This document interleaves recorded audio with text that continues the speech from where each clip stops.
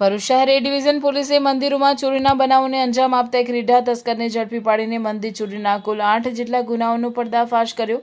પકડાયેલા આરોપી પાસેથી ચોરીની રકડ અને મોબાઈલ મળી કુલ 10,740નો મુદ્દામાલ કબજે કરવામાં આવ્યો છે.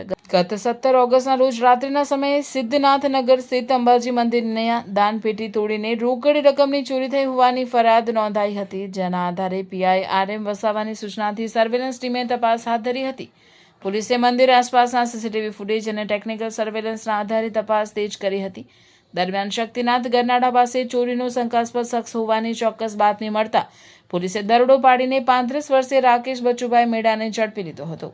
પોલીસની કડક પૂછપરછમાં આરોપીએ સિદ્ધનાથનગરના અંબાજી મંદિર ઉપરાંત શક્તિનાથ મહાદેવ મંદિર, આનંદનગરના ઓમકારેશ્વર અને આનંદેશ્વર મહાદેવ મંદિર, આશ્રય સોસાયટીનું હનુમાનજી મંદિર, બાપા સીતારામ મઢુલી, ભાતીજી દાદા મંદિર, ભુલાવનું સોમનાથ મંદિર, જ્યોતિનગર અને જાડેશ્વર આલેખ સોસાયટી નજીકના મહાદેવ મંદિરો સહિત કુલ 8થી વધુ મંદિરોમાં દાનપેટી તોડીને ચોરી કર્યાની ચોંકાવનારી કબૂલાત કરી છે.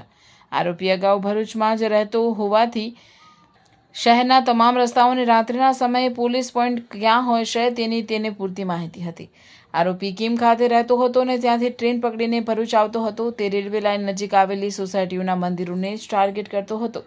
ટ્રેક પર ચાલીને જ મંદિર સુધી પહોંચતો અને દાનપેટી ચોરીને અવાવરૂ જગ્યાએ લઈ જઈ તોડી નાખતો હતો. ઝડપાયેલો રાકેશ મેડા અગાઉ પણ ભરૂચના A અને C ડિવિઝન પોલીસ સ્ટેશનમાં ઘરફોડ ચોરીના અનેક બનાવોમાં પોલીસ ચોપડે ચડી ચૂક્યો છે. હાલ પોલીસે તમામ ગુનાઓ અંગે આગળની કાનૂની કાર્યવાહી હાથ ધરી છે.